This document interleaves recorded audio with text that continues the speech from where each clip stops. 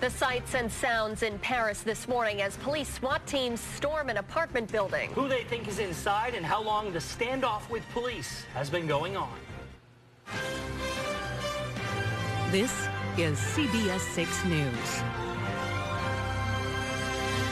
Good morning, everyone. Thanks so much for waking up with us here this morning. I'm Jack Lamson. And I'm Julia Dunn. Wednesday, November 18th. And again, another very active morning where we're following a lot of developments that are happening right now overseas. Yeah, it kind of reminds you of what happened in Boston when they were looking for Dzhokhar Tsarnaev and the city was shut down. Very similar situation over in France as they look for those suspects. Yeah, so we're going to have some live looks coming in from this suburb outside of Paris in just a couple of moments. First, let's get a look at your forecast, though, because this is definitely, Craig, a morning you want to bundle up today. For sure. While you guys have been looking at that, I've been looking at the temperatures, and I've been seeing scroll on the bottom of the screen there, your WeatherNet 6 temperatures. And, you know, we've seen some teens come across the area as well, in addition to these 20s. So very chilly start to the day. Latest check downtown Albany, 24 degrees right now. 29 for Volusia, 20 in Pittsfield, 20 Great Barrington.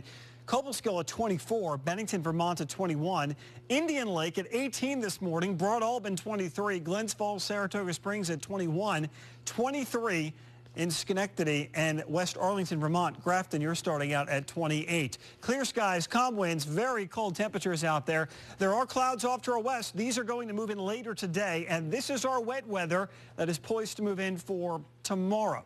Your forecast for today, again, gradually clouding up as we go through the afternoon. We'll be in the upper 40s by lunch, and we should wind up topping out in the lower 50s. Very nice, pleasant day in the way for today. More on tomorrow's rain in a little bit. Guys.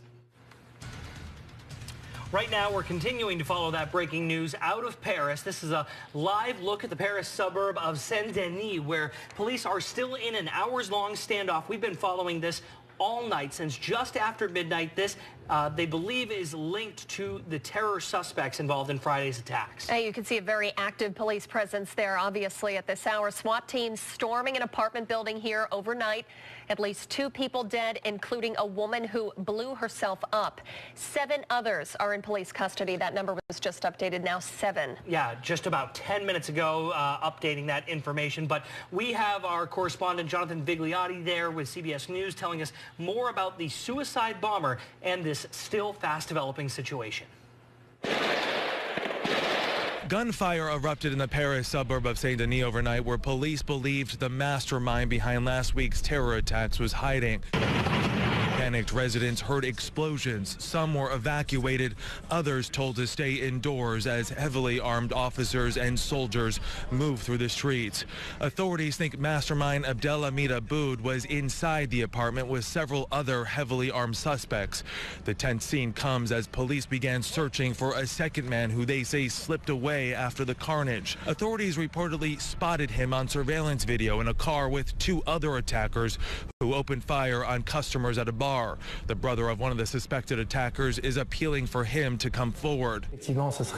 My advice to him is to turn himself into the police, he said, so justice can shed light on what happened. Saint-Denis is just over a mile from the Stade de France, the soccer stadium targeted by 3 suicide bombers. Secretary of State John Kerry says attacks on so-called soft targets like these pose yet another challenge for the fight against ISIS. For a terrorist, you only have to, if you're willing to die, you can choose almost anywhere to go do that. And everybody else who's in law enforcement trying to prevent it has to get every single thing right, all the time, 24/7, 365. That's a much tougher task. French warplanes dropped more bombs, and Russia joined the airstrikes against ISIS in Syria.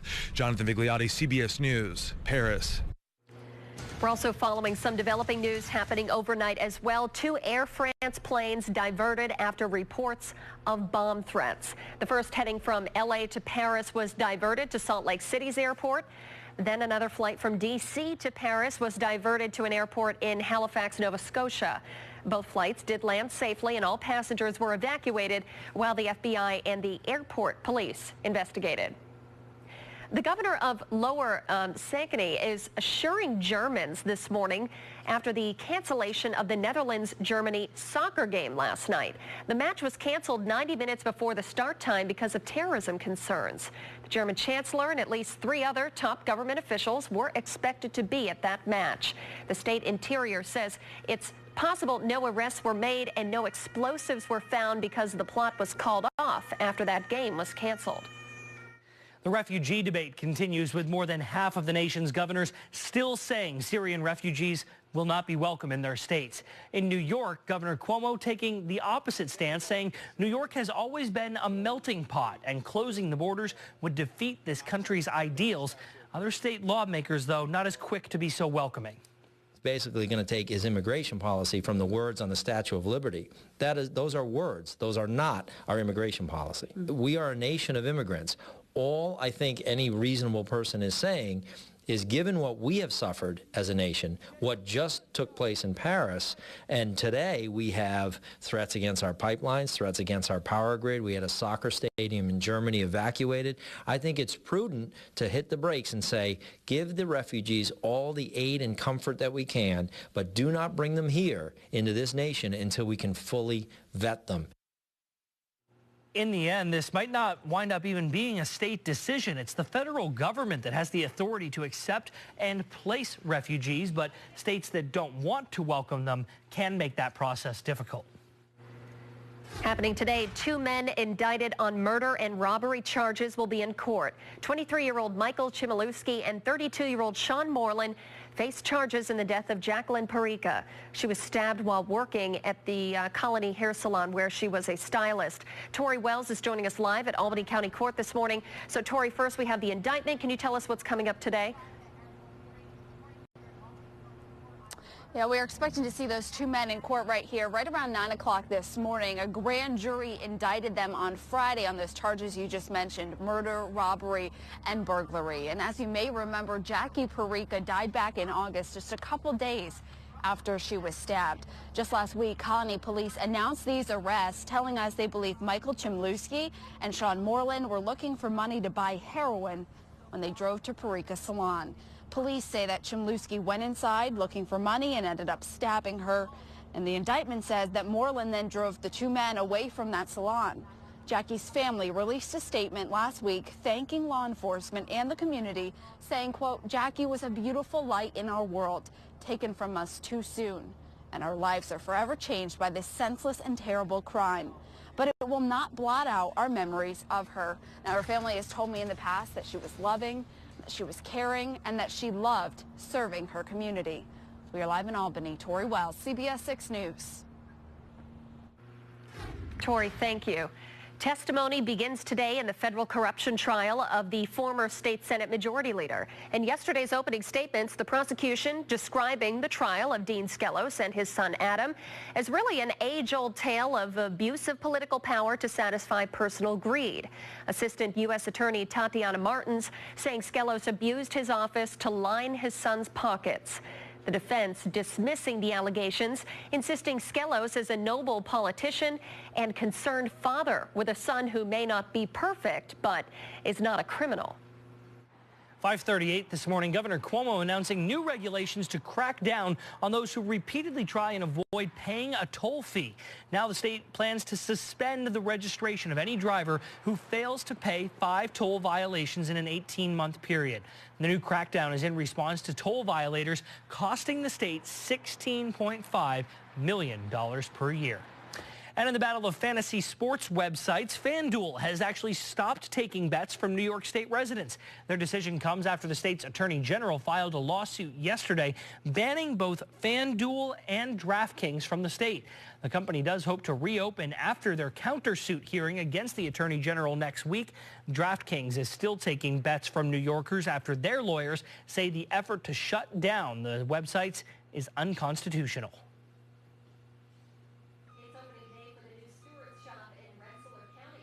North Greenbush, it's near Hudson Valley Community College. This is just one part of the company's recent investment into Rensselaer County. Along with building this new store, the company also plans to rebuild and upgrade over half a dozen older locations. By the end of 2015, Stewart's Shops will have opened 2 brand new stores and 10 replacement ones, along with dozens of additions and remodels. The state liquor authority suspending the license of Pulver Pub, also known as the Smokin' Bull in Albany. So effective immediately, no alcohol can be served or consumed on the premises.